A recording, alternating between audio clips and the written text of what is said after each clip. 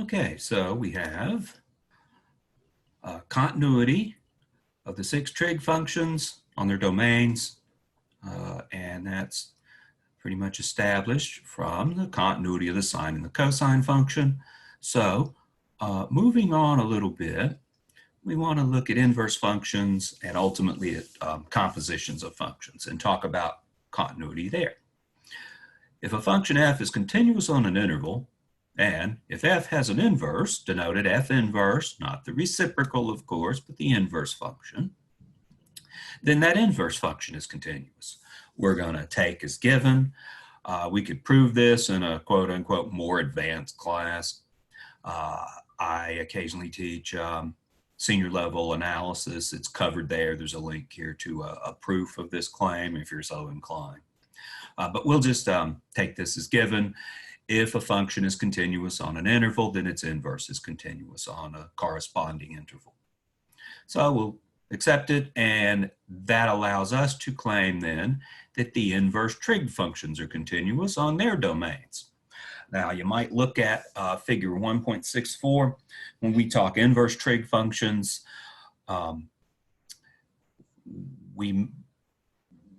Oddly enough, there's not a universal agreement on definitions of some of the more exotic inverse trig functions like secant inverse and cosecant inverse. But we'll take them as defined in this book, figure 1.64 gives graphs of these, and they're not continuous everywhere. So there's some concerns over endpoints of domains for each of the inverse trig functions, and maybe some additional places where we have discontinuities. But I'll leave it to figure 1.64 to deal with that level of detail. We're not terribly interested in all the inverse trig functions. More on this later with the inverse trig functions and some other properties of them. Arc cosecant we won't use very much. Arc secant, secant inverse will be a bit of a friend of ours in terms of some of the later manipulations. In addition to this being a class using a textbook with early transcendentals, transcendental functions are trig functions and logs and exponentials. So we've basically got the trig functions and their inverse functions taken care of in a sense. On to exponential functions.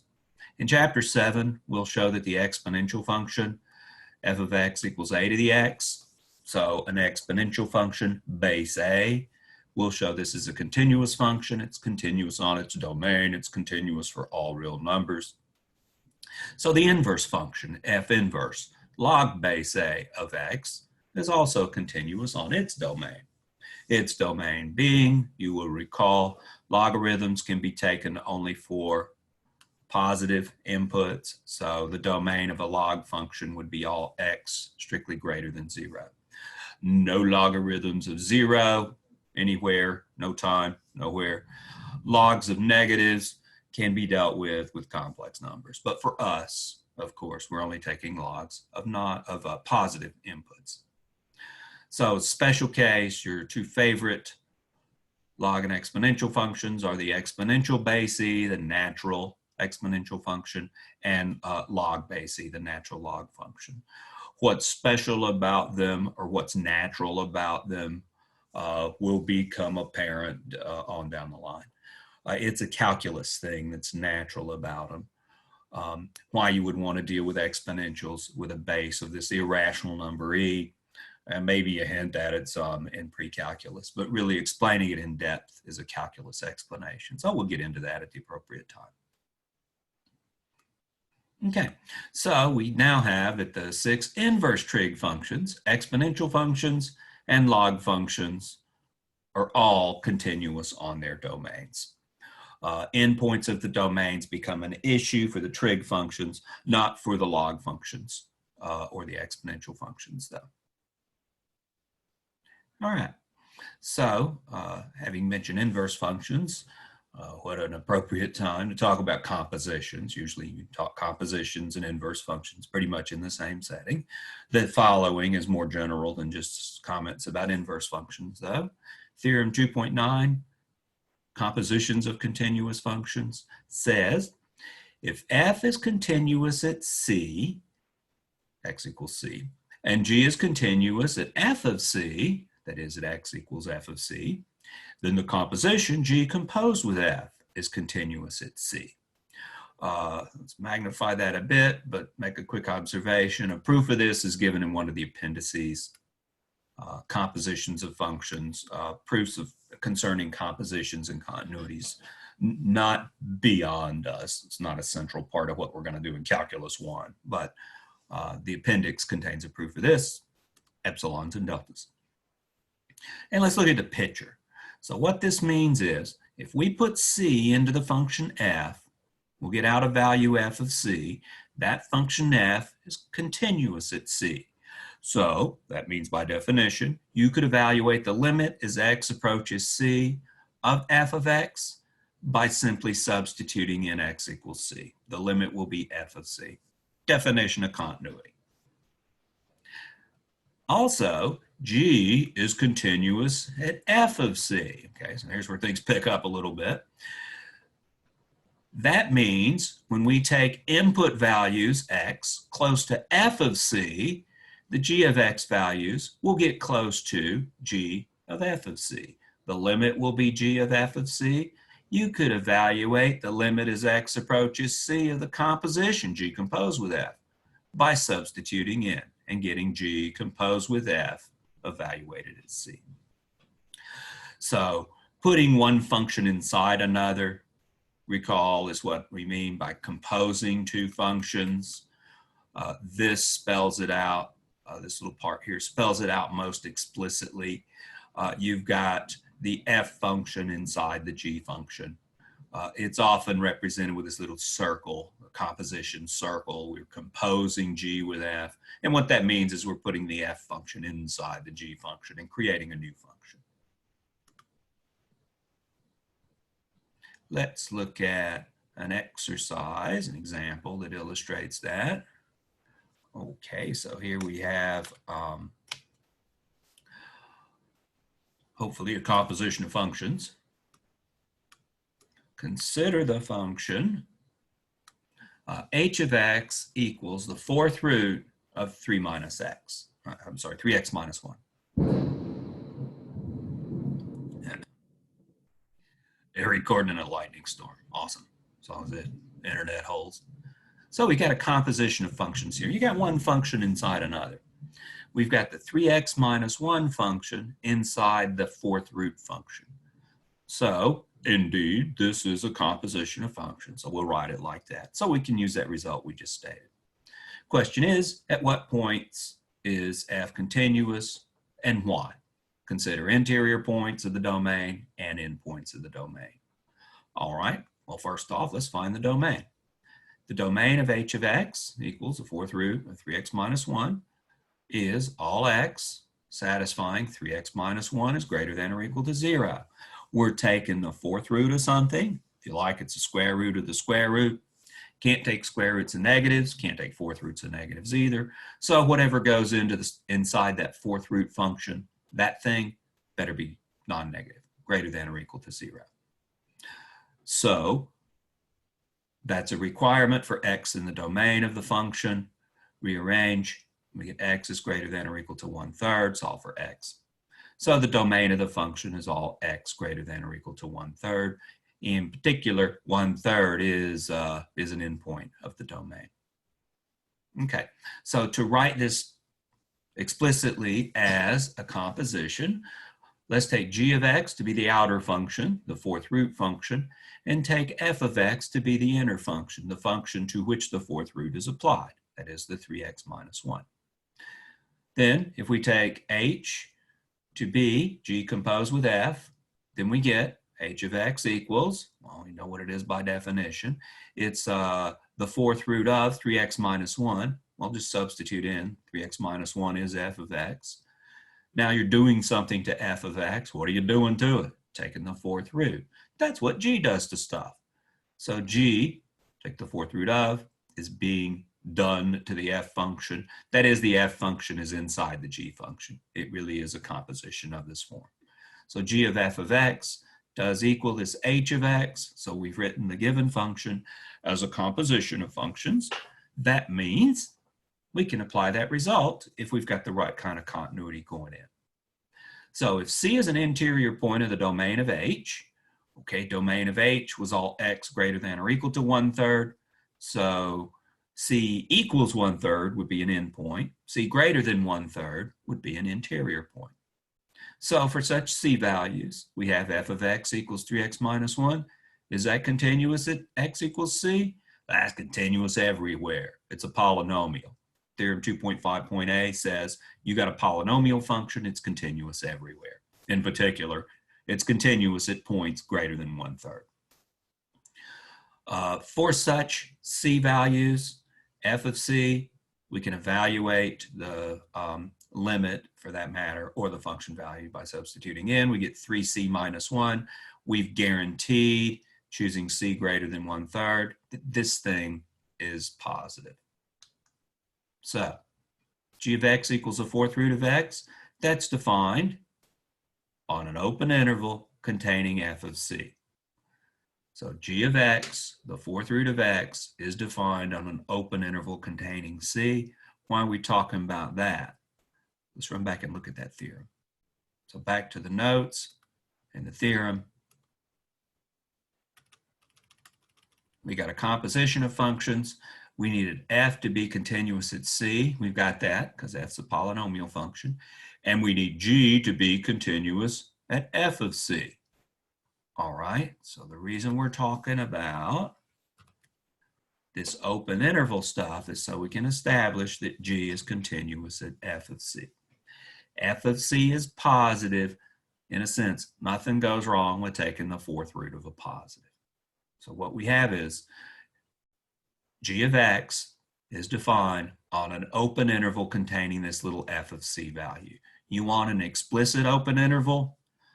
All right, I'll have to do it in terms of f of C unless you tell me what C is. Then I can figure out what f of C is. But f of C is positive, so f of C divided by 2 is also positive.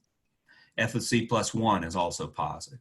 So here's an open interval of positive numbers, and this contains f of C. F of C over 2 to f of C plus 1, f of C somewhere in there. So this is an open interval containing f of C, and g is defined on this open interval because all the numbers in this open interval are positive, and g is defined on all positive inputs. So we've got g defined on an open interval containing f of C. Theorem 2.8, part 7, roots it was called, says we've got continuity at this point if this function, fourth root of x, if this fourth root function is defined on an open interval containing the input value, containing the f of C. It is.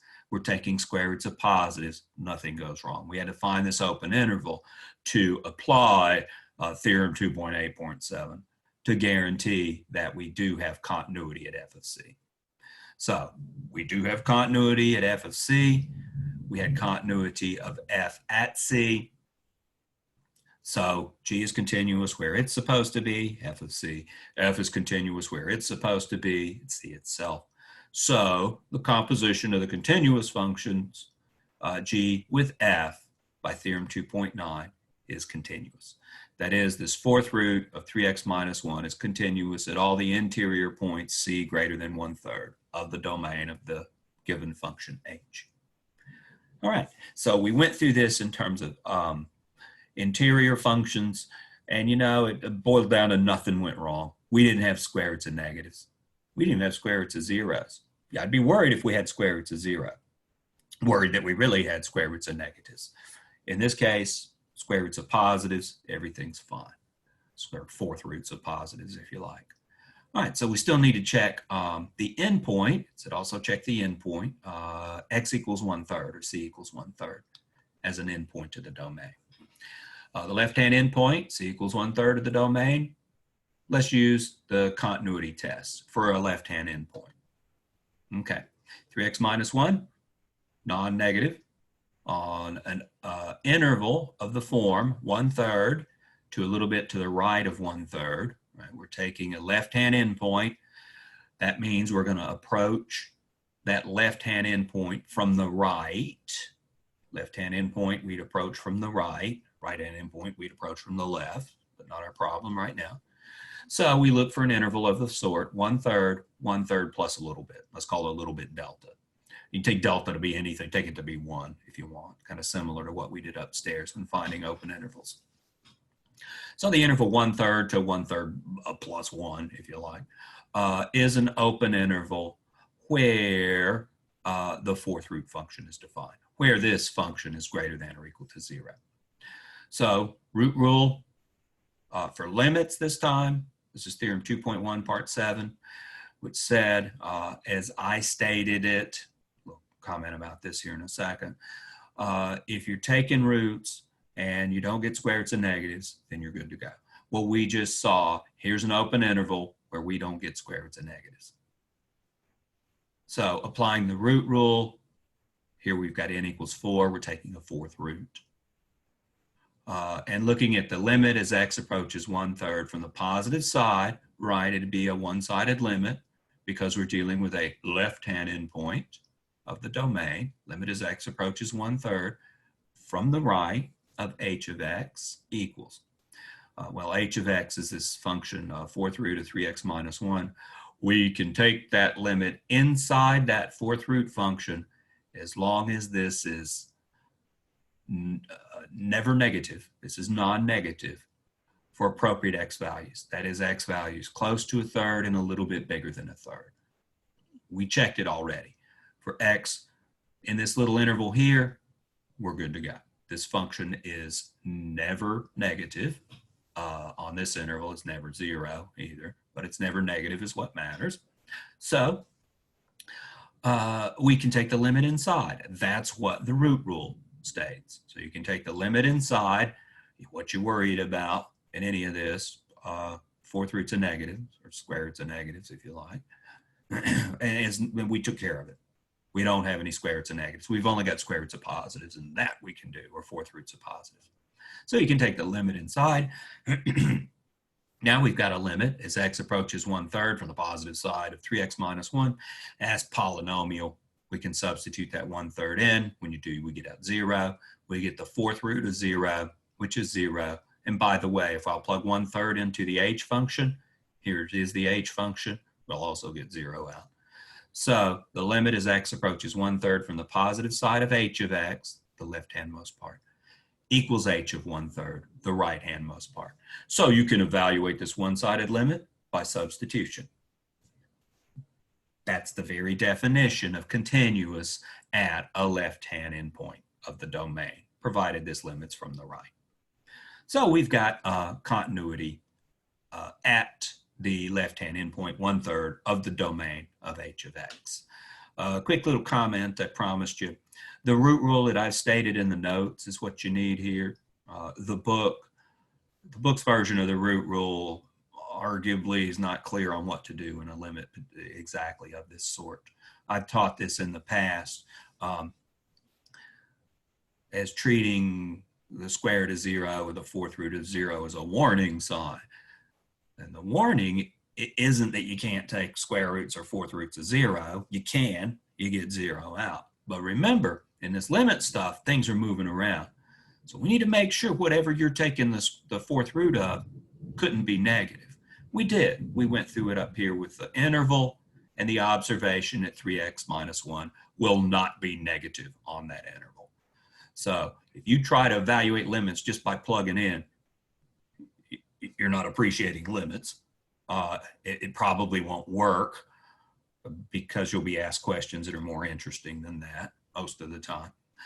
And if you get a square root of 0, what are you going to do? You're going to draw the conclusion the limit equals 0? Maybe it does, maybe it doesn't. It depends. Because when you get square roots of 0 or fourth roots of 0 and stuff is moving around, it's a limit. I can't really put my finger on what x is. You might be getting square roots of negatives. So read it as a warning sign. Respect the rules, the root rule in particular, when dealing with square roots or fourth roots and so forth. So the continuity test tells us that we've got continuity at this left-hand endpoint of the domain as well. to summarize, H is continuous on its domain, 1/3 to infinity, where it's understood that when we talk about continuity in an endpoint, we're talking about a one-sided continuity, a one-sided limit up here in dealing with the continuity. Okay, back to the notes.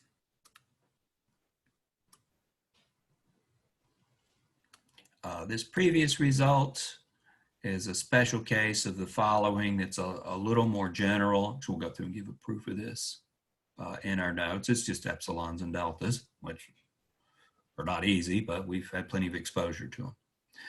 Limits of continuous functions says if g is continuous at the point B and the limit as x approaches c of f of x equals b, then the limit as x approaches c of g of f of x equals g of b. That is, it equals g of the limit as x approaches c of f of x.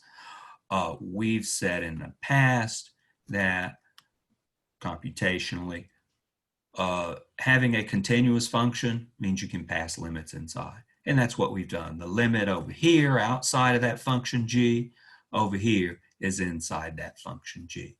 Well, how can you do that? Because g is continuous at the appropriate place. The appropriate place is a slightly longer story here. Is g continuous at c? It doesn't say that. It says it's continuous at b.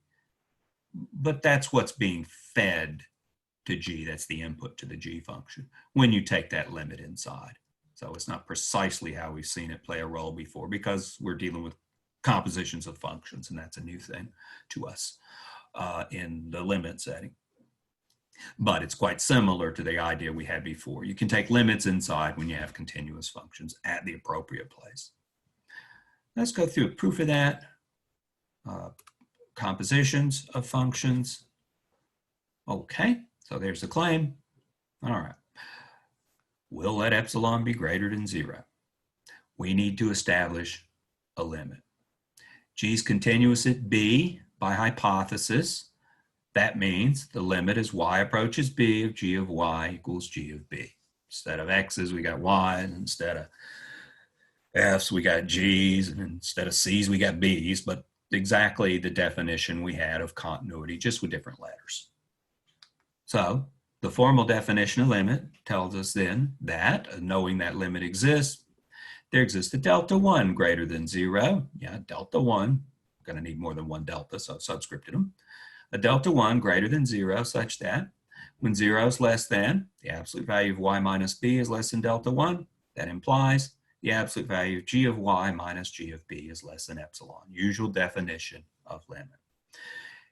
That means we can make, informally, wink, wink, we can make g of y and g of b within a distance epsilon, arbitrary distance epsilon of each other, by making y sufficiently close to b and not equal to b. The sufficiently close being given by the delta. Okay. We're also given the hypotheses, the limit as x approaches c of f of x equals b. Okay, this is exactly the symbols we had before. I guess maybe we replaced the b with an L before, but here's what we're given. So we know there exists a delta, a second delta, such that when x is sufficiently close to c, f of x is arbitrarily close to b. Now I'm choosing the arbitrarily this time. I can choose it to be anything greater than 0. I'm choosing it to be delta 1. Give me any epsilon greater than 0, and we can find a delta such that blah, blah, blah is less than that given epsilon. I'm choosing epsilon to be that thing right there. Knowing the limit exists, I can choose any epsilon I want. I'm letting delta 1 play the role of the epsilon in the definition of limit as x approaches c of f of x equals b. We're not trying to prove this limit, so I don't need the arbitrariness over here on the right-hand side. We're given that this limit exists, so we can use the fact that I can put any epsilon I want there, and there exists a corresponding delta. All right. What we're trying to do is paste these three pieces of information together. We're going to say, suppose this holds, and we're going to deduce that the proper thing over here is less than epsilon. Let's introduce y equals f of x. All right, so we're going to look at these two chunks of information here, And at some point, we'll take the y here, replace it with an f of x, take the y here, replace it with an f of x. All right, so here's those two pieces of information we had before. We had 0 less than the absolute value of x minus y less than delta, implied y minus b is less than delta 1. Well, y is the same as f of x, so these two things are exactly the same. We just introduced this f of x as the y value. And we knew when y minus b is less than delta 1, this was the first condition, that g of y minus g of b is less than epsilon. So this was the first thing we had, the fact that the limit of the g function existed. And I want to replace that y with an f of x.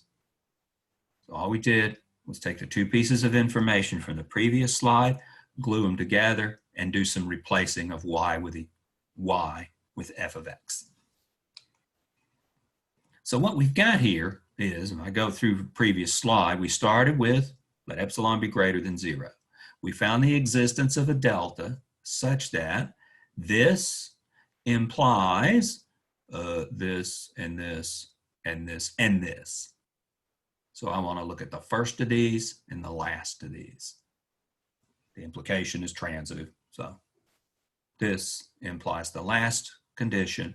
So what we've got is, if we have x values such that the absolute value of x minus c is less than delta and greater than 0, then the absolute value of this function minus that value is less than epsilon.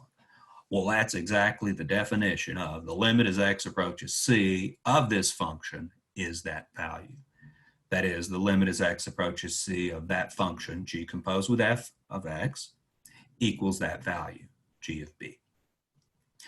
Also, we had b, substituting in, b we had hypothesized to be the limit as x approaches c of f of x. So you can view that as substitution. We had b equals this limit, or this limit equals b, as hypotheses. And that's exactly what was claimed.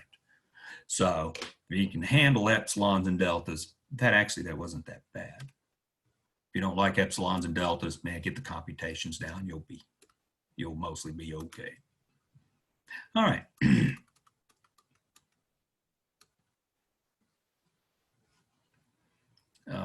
Let's see, I guess a quick little observation on this previous result. It's stated, this theorem is stated in terms of two-sided limits.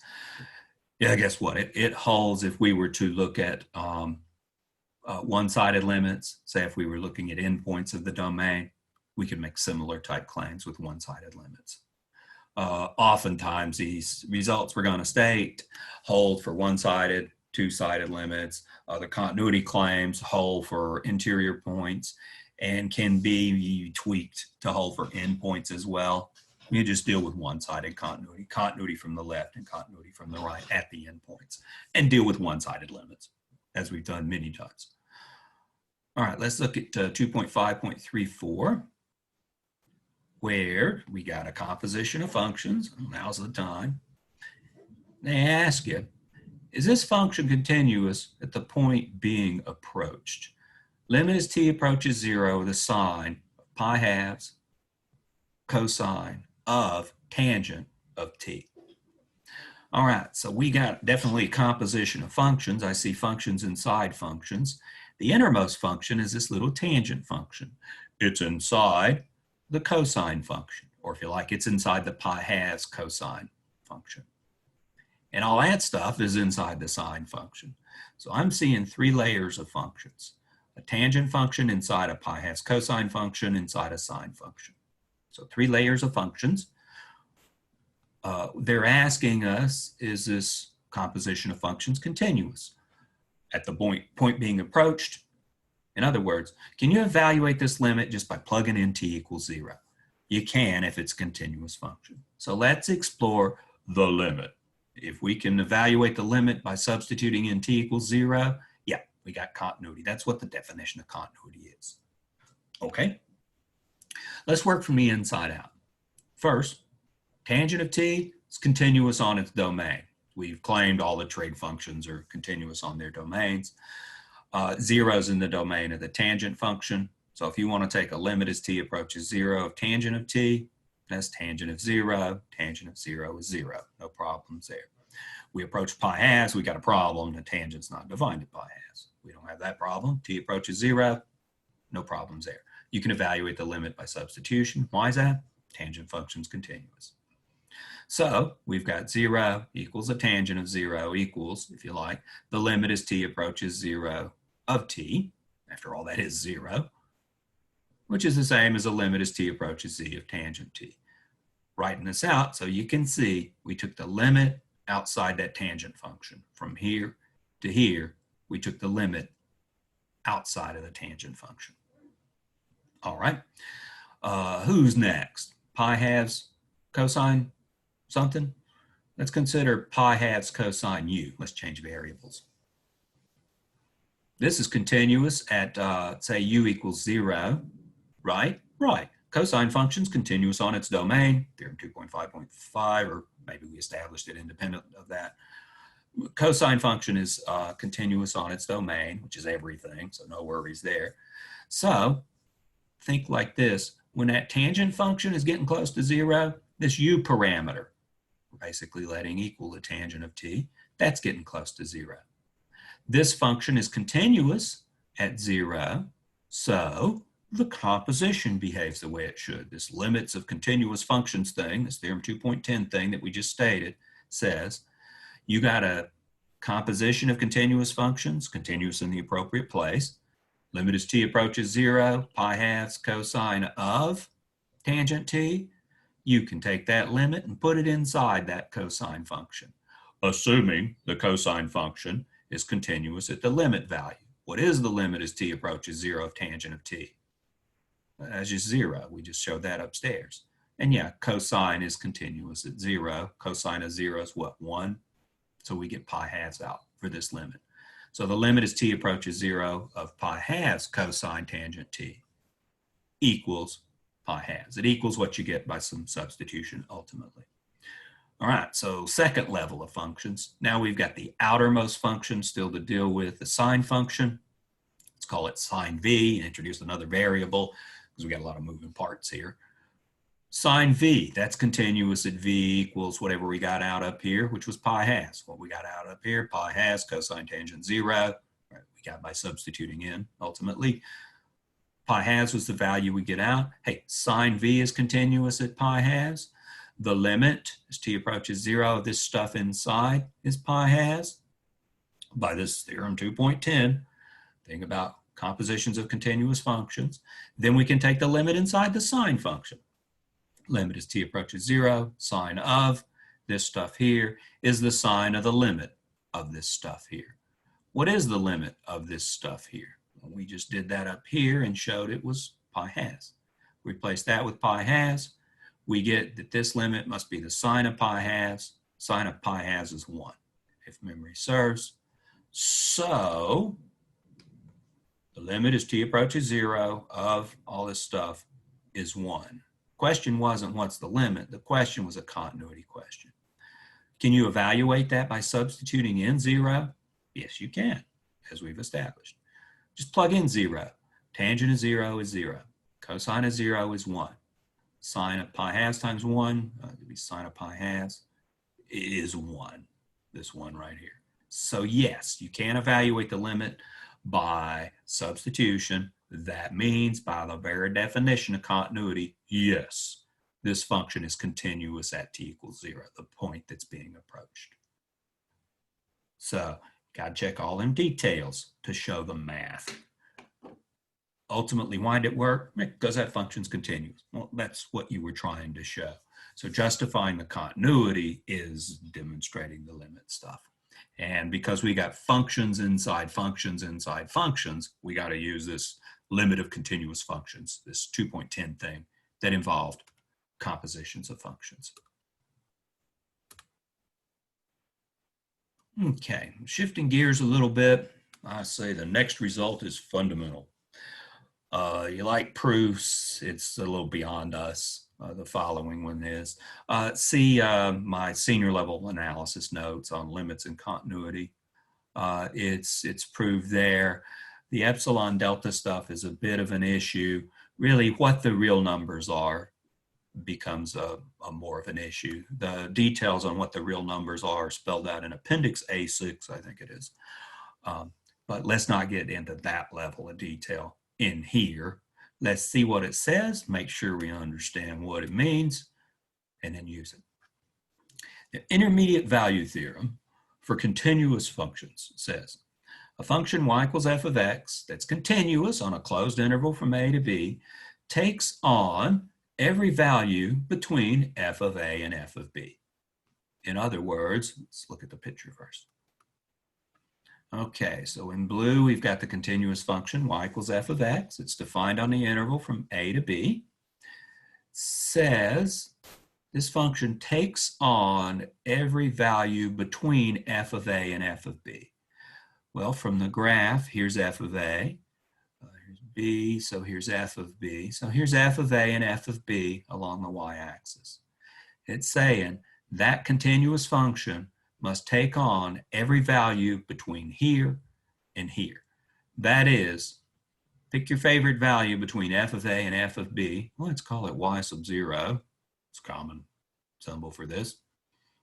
That function takes on the value y sub 0 somewhere. I go over, that function has to take on this value. That is, in other words, if y sub 0 is any value between f of a and f of b, then y sub 0 equals f of c for some c between a and b.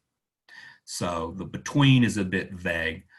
I can't say greater than f of a and less than f of b type thing, or equal to, because I don't know which is bigger. We're looking at a specific picture here. This second part is how we'll explain things when we actually use it. We'll figure out what we want y sub 0 to be and see the existence of a parameter c. Does this make any sense? Sure. Think of it in terms of crossing the road. So suppose you have a road that runs horizontally and the sides of the roads are f of a and f of b. You're going to walk from one side of the road to the other. You might wander off into the grass a little bit, but initially you're going to have to get to the other side of the road. Might even go into the grass on that side. But you're going to go from one side of the road to the other side of the road. The intermediate value theorem says you got to cross the center line somewhere. In fact, you have to cross any line painted on the road that runs in the direction of the road. Right, I'm saying for any value here, you've got to cross that value somewhere. And we're operating here under the rules of the function. So you can't go backwards, back and forth like that. It would violate the vertical line test. So I can't get too enamored with this analogy with crossing the road. But think of it like that. I can't get from here to there without crossing everything in between continuously. Now, if Scotty beams me up from here and then drops me off over here, well, I violated the continuity assumption. Then I can get to the other side and I never was on this part here. That's not continuity though. Of course, the hypothesis in the intermediate value theorem is continuous functions. So continuously going from here to here implies you cross everything in between. You ain't got continuity, then all bets are off. And this is a section about continuity. So there's a property of continuous functions. We can use the intermediate value theorem to show the existence of certain x values without ever finding them. Notice the intermediate value theorem told you somewhere, let's call it c, this function will take on the value y sub 0. It didn't tell us where. It told us of the existence of that value c, but not the value of c. Let's look at a couple of examples, and that'll finish up this section. Prove that the cosine of x equals x as an equation has at least one solution. Give reasons for your answer. All right. Like this example for a couple of reasons. None of us can figure out how to solve this for x. You can't get the x by itself. On one side it is by itself, on the other side it's stuck inside this cosine function. How are you going to get it out of the cosine function? What, with a cosine inverse function? Now to get it out, if it's in the appropriate range, and then now you got the one on the right hand side stuck inside an inverse cosine function. This is what's called a transcendental equation. What that means is we can't, let me say, it's probably a little oversimplified, but we can't analytically solve this. We can't solve this for x. So we weren't actually asked to find x. We were asked to show that there is such an x. So that's a subtlety of the intermediate value theorem. All right. Let's define the function f of x equals cosine x minus x. It's the difference of these two. Cosine x is continuous, right? Right. Theorem 2.5.b tells us all 6 trig functions are continuous on their domains. So cosine x is continuous everywhere. It's defined everywhere. X is continuous everywhere. It's a polynomial, if you like. So the difference, cosine x minus x, this function I've called f, it's continuous. By theorem 2.8.2, the difference of two continuous functions is continuous. Okay, so we got ourselves a continuous function. We want to show, how about this? We want to show this function equals 0 somewhere. If we can find c, where f of c, that is cosine c minus c, equals 0, well, if cosine c minus c equals 0, cosine c and c are the same size. So that's how we'll show the existence of such a c. Well, here's the plan. We're going to find two numbers a and b. At a, we want the function f to be positive, and at b, we want the function f to be negative, or the other way around. Then the intermediate value theorem would say, well, you got yourself a continuous function. If it's positive in one spot and negative in another spot, and it's continuous, it had to be 0 somewhere in between. The intermediate value theorem will imply that there exists a c between a and b such that f of c equals 0. It doesn't tell you what c is, it only tells you that it's out there. Let's try a equals 0 and b equals pi halves. All right, where did these come from? Well, you know how to graph these two things. You know what the cosine function looks like, and you definitely know what y equals x looks like. Think about the graphs of these, dealing with a cosine in radians, as always. And that'll inspire you to choose values similar to this. Of course, I want to choose a special angle to get nice numbers out of the cosine function. But let's try a equals 0 and b equals pi halves. Think about the graphs. We're really trying to see where these graphs intersect. You graph cosine function and y equals x, you'll believe they intersect between 0 and pi halves. We're just trying to illustrate the intermediate value theorem here. So let's plug in 0 and see what we get. F of a, f of 0 would be the cosine of 0 minus 0. Cosine of 0 is 1. 1 minus 0 is 1. Okay, that's positive. That's what we were looking for. And let's plug in pi halves, the b value. That'd be cosine pi halves minus pi halves. Cosine of pi halves is 0 minus pi halves. This leaves us with negative pi halves. Well, it's negative. We got a positive in one spot, negative in the other, and continuous. 0's between negative pi halves and 1. So y sub 0, we're choosing to be 0, is between 1 and negative pi halves. Then by the intermediate value theorem, there's a c between a and b such that f of c equals that y0 value equals 0. That is, there's a c where f of c equals cosine c minus sine c equals 0. Rearranging it, you get cosine c equals c. What's the c? I don't know. It's somewhere between 0 and pi halves. Can you narrow it down? Yeah, I could try something a little bit bigger than 0. Maybe pi fourths. I don't know if this will work. Try pi fourths. If we were to plug in pi fourths, you're going to get a positive or negative out. I don't know. I'd have to crunch the numbers. But if we get a negative out, and remember it was positive at 0. If it's negative at pi fourths, then it must have a solution between 0 and pi over 4. If it's positive at pi over 4, remember it was negative at pi halves, then it must have a solution somewhere between pi fourths and pi halves. And then we could keep cutting things in two like that, looking for sign changes. It's called the bisection algorithm. It's a numerical technique. This is a bummer. If there's a solution out there, we don't got no clue how to find it analytically. Well, there's some numerical techniques that'll approximate it. The bisection algorithm is a very baby result from numerical analysis. We have a senior level class on numerical analysis where you address the bisection algorithm. We'll have something called Newton's method in here that might address this as well. It's a numerical technique, which means it's horrible to do by hand.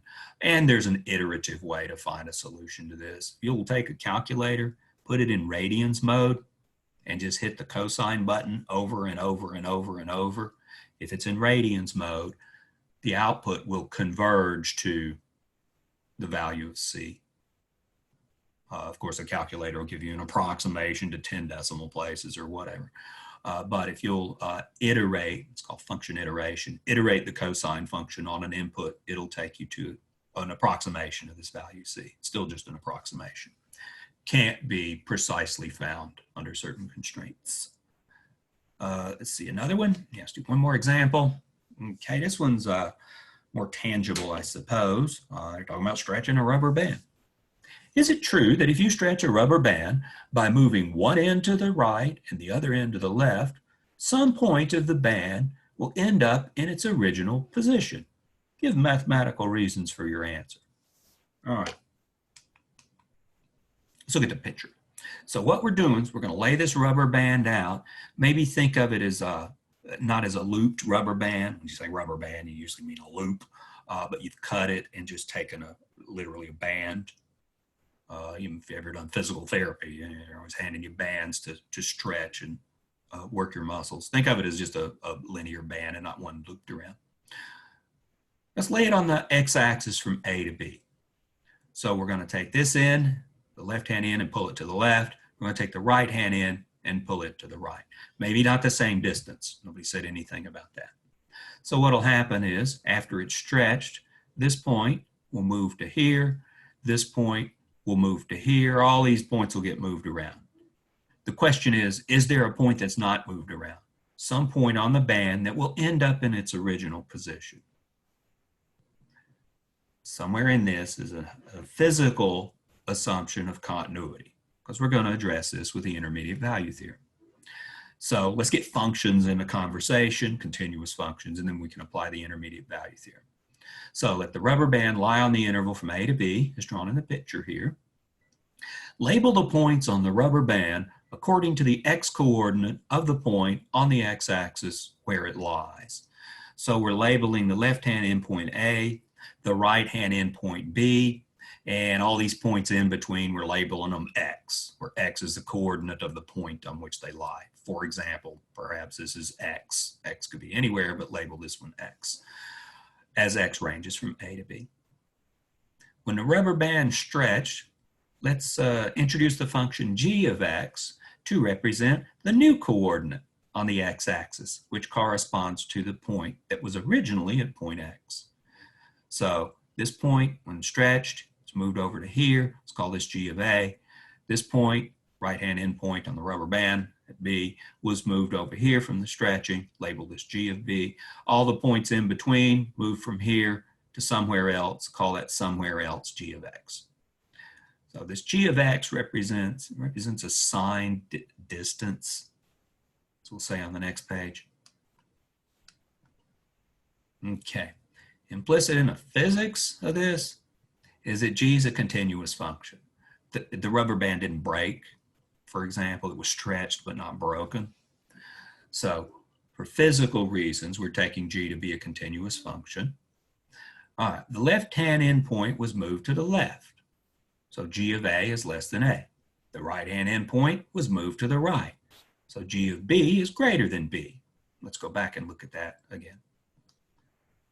Yeah, g of A has been moved to the left. So the x-coordinate here is definitely less than the left x-coordinate here. It's to the left. Over here, the x-coordinate for this is greater than the x-coordinate for that because it's to the right on the real line. Bigger numbers are to the right. So that establishes these two inequalities. Let's define a function f of x equals g of x minus x. Yeah, this is the signed distance that the point moves to the right. I mean, this could be negative. In fact, I want it to be negative.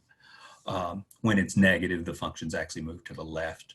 When it's positive, the point has moved to the right. And when it's 0, the point won't have moved at all.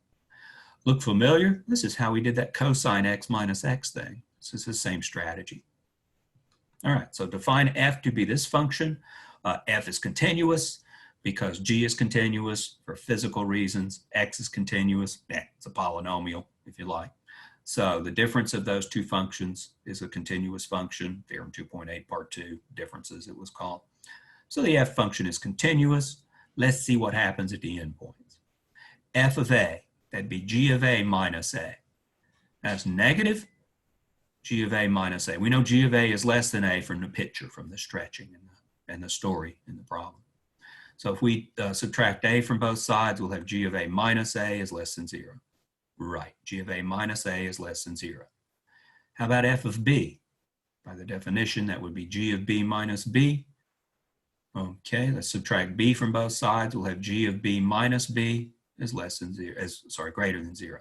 G of b minus b is greater than 0.